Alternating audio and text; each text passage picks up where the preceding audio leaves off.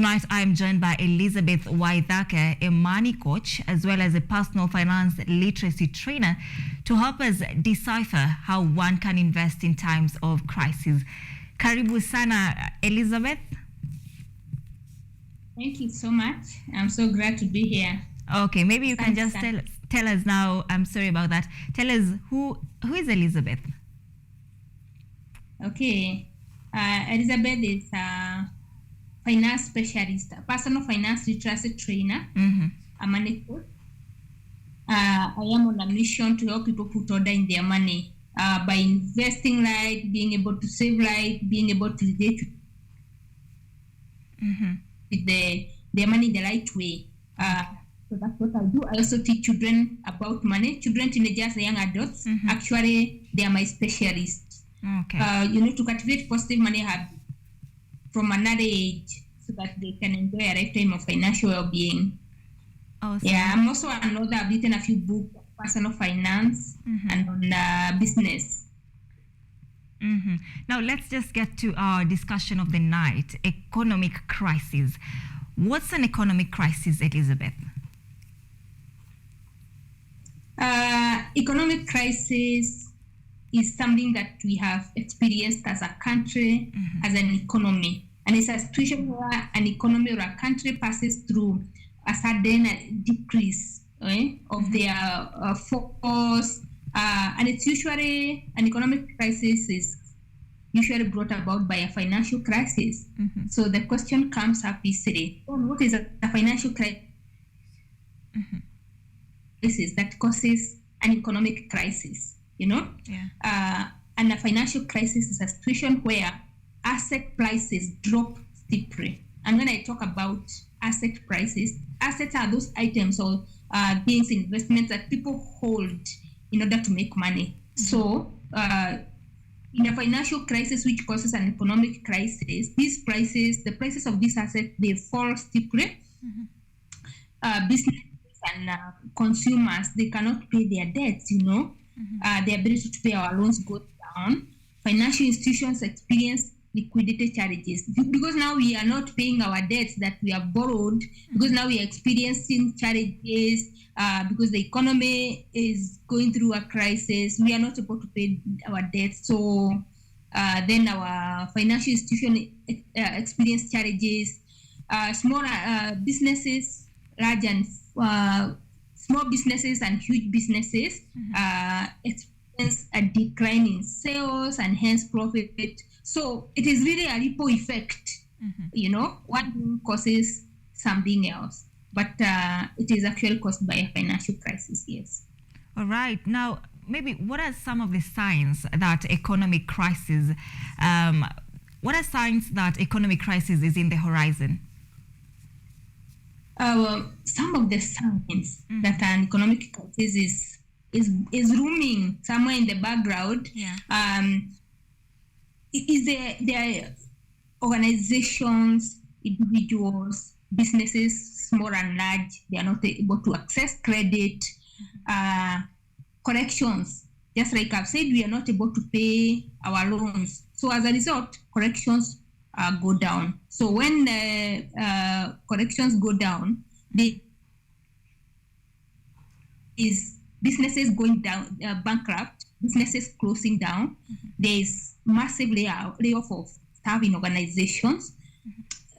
Prices just go up. The consumption is low. The demand for items go down because now the people's purchasing power has gone down. So those are some of the signs that will tell you an economic crisis is looming in the background. All right. Now the business sector. Sorry. Those are just some of them. There are many, many more. Okay. Now, the business sector is wide. In your knowledge as a financial literacy coach, what are some of the business sectors that are hit hard by economic crisis? Okay. The business sectors hardly hit by the economic crisis is mostly to start with the retail sector, because now we have been laid off from our organizations. We are not working. Maybe we are experiencing challenges with salaries. We are not able to pay our loans. Our purchasing power is down. So the retail sectors where we buy things in small scale, they are hardly hit. The hotels, now because we are not going to work, there are challenges. We are not buying food. We are not going out for dates, outings, and such. So hotels also are very hardly hit. I've said because we are not able to pay our loans, the ability goes down. Financial institutions are experiencing liquidity challenges. So as a result, also the financial institutions, they are highly affected. So I've said hotels, I've said retail sectors, I've said tourism now because we are not going out, it becomes a problem. And the one most highly hit is the real estate, because now we are not able to afford the price, the lands, yeah, and the housing, because we cannot pay our loans, houses and the large people are willing to let them go because now they are not able to service the loans that we used to buy these, and they are heavy investment, they are high capital investment assets. So people are willing to sell, so everybody is just selling, so the supply goes up so much, all the demand is going down. So as a result, the real estate sector is highly hit.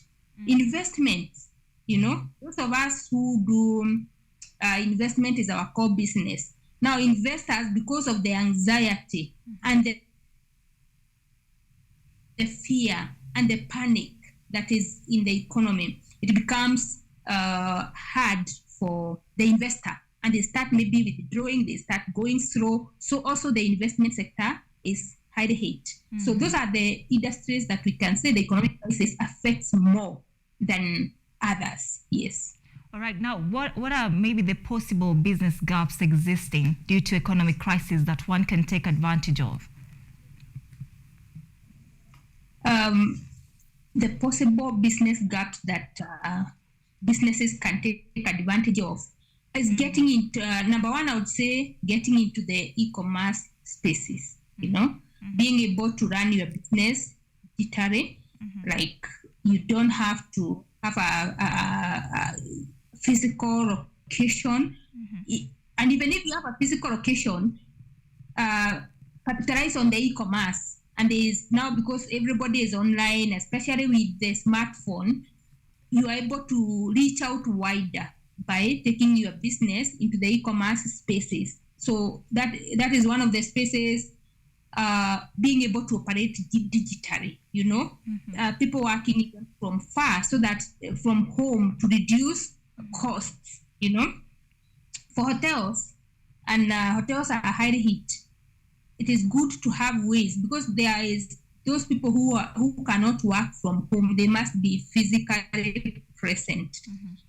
It is important for hotels to be able to implement ways to deliver food to the people wherever they are, instead of waiting for people to come sit in the hotel, just deliver the food.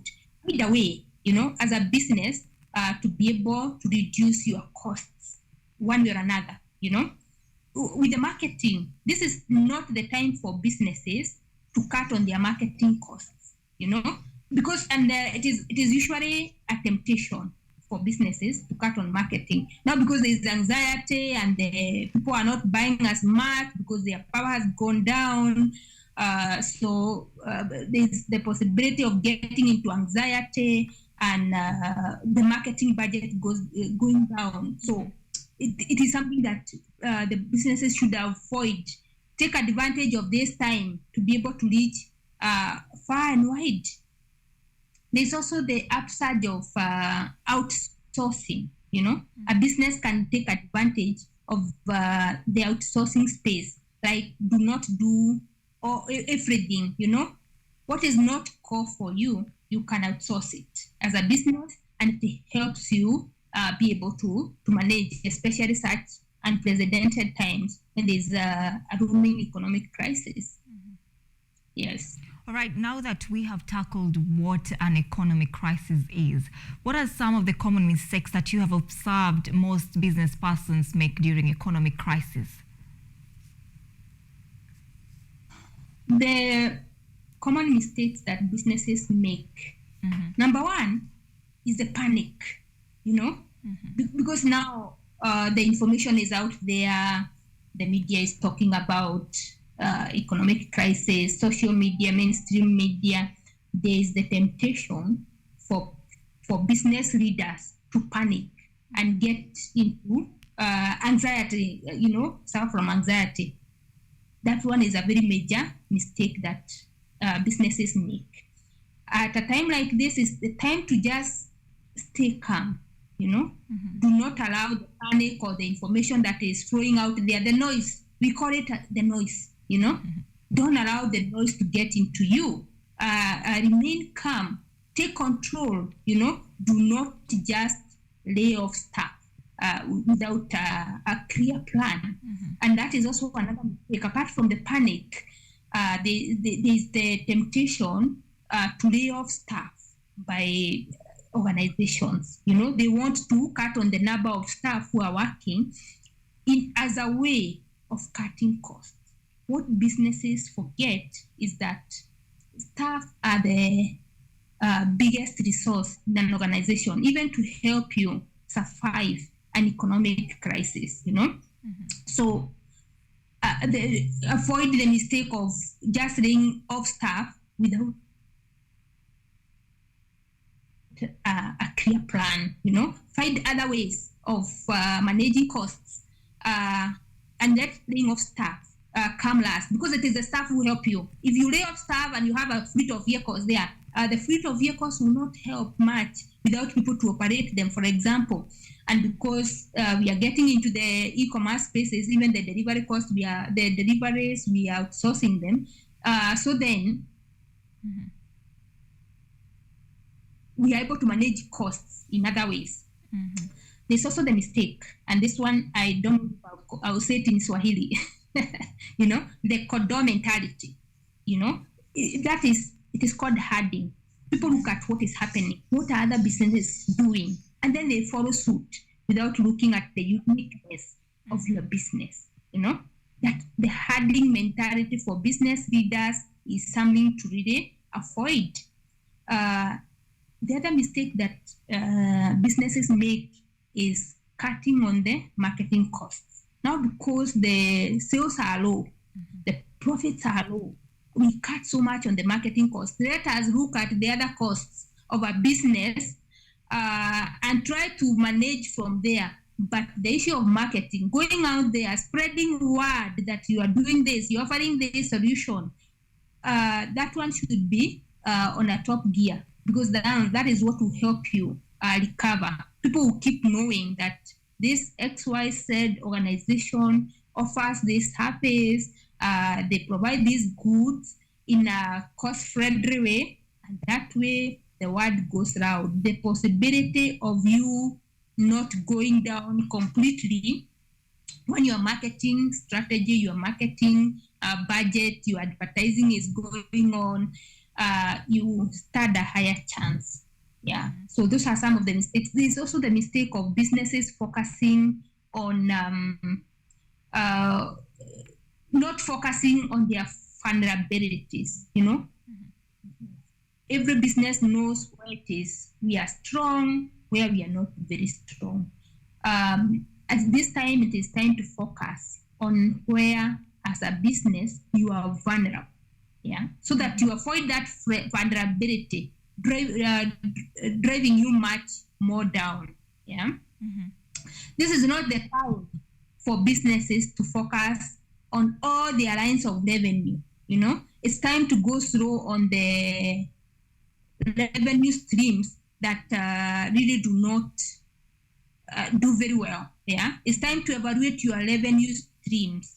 If selling, if outlet, if retail is your strongest revenue stream, please focus on that one. Do not focus on everything. because now we are finding a way of managing, of being able to mitigate this economic crisis so that it doesn't take our business down. So it's time to focus on your revenue stream. Don't learn with everything. You could pick 2 or 3 of your streams that bring you more income as a business person, and really learn with those ones, and it will help you survive as a business.